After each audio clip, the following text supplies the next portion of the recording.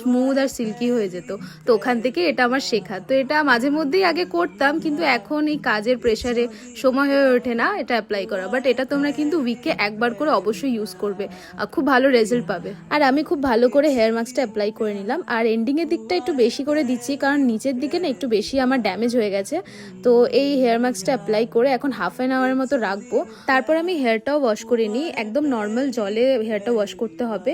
তো এখন থেকেই হেয়ারটা খুব স্মুথ সিল্কি ফিল হচ্ছিল। এটা একটু ড্রাই হবে তখন খুব ভালো বোঝা যাবে। তারপর করে নিচ্ছিলাম আমি আমার স্কিন কেয়ার। শুধু হেয়ার কেয়ার করলে তো হবে না, তার সাথে স্কিনেরও যত্ন নিতে হবে। স্কিন কেয়ার করে চলে এলাম আমি লাঞ্চ করতে। লাঞ্চে ছিল রুটি, পটল আলুর তরকারি আর টক দই। খাওয়ার শেষে মা এখানে আমার জন্য সুন্দর করে ছাঁচ করে নিয়ে এসেছিল। তো খাওয়ার পরে না খেতে খুব রিফ্রেশিং লাগে। তারপর আমি আর মা শুয়ে শুয়ে এখানে সিনেমা দেখছিলাম। এটা না অনেক পুরনো যুগের সিনেমা ছিল, মা আমাকে দেখাচ্ছিল।